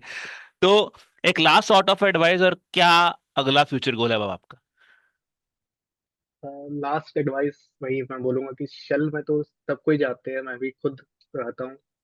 बट वही एक तो तीन चार जो दोस्त हैं या आपके फैमिली मेंबर्स हैं, वहां पर आप ऐसे रखो जो कि आप खुल सको उनके सामने। थोड़ा सा आपको एक दो बातें हंसी मजाक हो जाए ताकि स्ट्रेस रिलीज हो जाए। तो ऐसे ये तो मैं बोलूंगा कि अच्छे दोस्त बनाओ, या अच्छे मतलब कहीं आप देख लो कोई एक ऐसा फिगर हो जिससे आप अपनी भड़ास निकाल सको, ये करो। और दूसरी बात, मैं वो तीन चीजें जो मैंने बताई, वो सर वो तो एस्पिरेंट्स के लिए मस्ट है। कि एक क्रिस्प नोट होना चाहिए, पीवाईक्यू अच्छे से मतलब पते होने चाहिए कि कहाँ कहाँ से सवाल आते हैं, कैसे आते हैं। और तीसरी कि सिलेबस पता होना चाहिए। ये तीन चीज, और ये एक, क्योंकि अकेलापन सबको होता है अगर ये जर्नी ही बहुत डिप्रेसिंग जर्नी है। अब बार बार फेल होइएगा, बार बार आप ये होइएगा, लेकिन बात वो है कि आप अगर इसको डिप्रेसिव हो जाए इसमें, फेलियर और रिजेक्शन तो बहुत आते हैं, बट वही डिप्रेसिव होते रहे तो फिर आप कहीं के नहीं बचिएगा। तो कॉमेडियन और स्टैंड अप कॉमेडी से मैंने ये सीखा है कि यार, खुद ही का अगर लाइफ ऐसा इतना ट्रेजेडी हो तो उसे कॉमेडी में बना दिया करो। तो मैं तो अब हंसता हूँ चीजों पर कि अच्छा ठीक है, इस बार भी नहीं हुआ, ठीक है अब कुछ और करेंगे। कि ये भी पैतरा आजमाएंगे, ये भी ऐसे भी करेंगे, तो वो खुद ही से वो एक कॉमेडी हो जाती है, ऑब्वियस वाली बात है। क्या बोला जाए, लाइफ ही ऐसी है। दुख तो सबके पास है, बट वही एक मुस्कुराना छोड़ देंगे तो फिर गड़बड़ है। मेंटली आप फिर सेम नहीं रहिएगा। आई थिंक बहुत बहुत बहुत बड़ी बात है कि आप इस सेशन को एंड, बहुत बड़ी बात की आपने सेशन के एंड में कि देखिए, दुख ऑब्वियसली हर एस्पिरेंट की जर्नी इतनी नहीं हाँ रहती कि बहुत हैप्पी साइड में रहती है, बट अगर आप उसको अपने आप पे स्माइलिंग लेके चलोगे तो शायद उसका जी। मजा, मैं कहूँ मजा कह लीजिए, मैं इंजॉयनेस कह लीजिए, वो एक अलग लेवल पे चले जाती है कि जब आप जब भी सिलेक्ट होगे तो आपको अपने मन में एक पॉजिटिवनेस ही रहेगी instead of showing negative side of yourself, बहुत वो चीज़ खत्म हो जाएगी। वही वही सो नेगेटिव इट वही तो। Was, ji ji. 2024 मेंस में भी मैं थोड़ा बहुत होपफुल था कि चलो ठीक है, ठीक गया, मैंने अटेम्प्ट कर दिया सब, फिर से नहीं हुआ मेरा। तो एक दिन मैं डिप्रेस था, मेरे फैमिली मेंबर्स डिप्रेस थे, मेरे साथ वाले उन्होंने भी मेंस दिया तो उनका भी नहीं हुआ। तो हम सब डिप्रेस्ड रहे। लेकिन अगले दिन से हम सब वही चारों हम बैठ के फिर से हंसने लगे कि साला इस साल भी नहीं हुआ हमारा। कि अब क्या चाहिए भाई अब। तो वो होता है कि एक दो तीन दोस्तों के बीच एक वो कॉर्डियल टर्म और एक स्ट्रेस रिलीविंग सेशन वो जरूरी है, खासकर ऐसे एग्जाम में जो कि सारा खून आपका चूस जाए। I think on that note, जो आपने लास्ट लेवल, ये एग्जाम ऐसा है जो आपको खून चूस जाएगा, बट आपको हाँ हैप्पी रहना है। सो on that note guys, I will really thanks Aditya for sharing your precious time with us, for inspiring the aspirants. बहुत चीज़ें मैं उम्मीद करता हूँ स्टूडेंट्स ने आपसे सीखी होंगी in terms of this examination, and I wish you all the best with regards to this journey that you are now going to, जिस पे आप राइट सर। चलोगे। और दूसरी बात मैं चाहता हूँ कि जैसे आप एक स्माइलिंग फेस में रहते हैं, ऐसे ही आप अपनी आगे वाली जर्नी में भी स्माइलिंग फेस और किससे आपकी लाइफ में आएंगे और आप हंसेंगे। सो ऑन दैट जी। Note, I really really thank you from the thank you bottom so much of sir. The whole edited family. Thank you so much.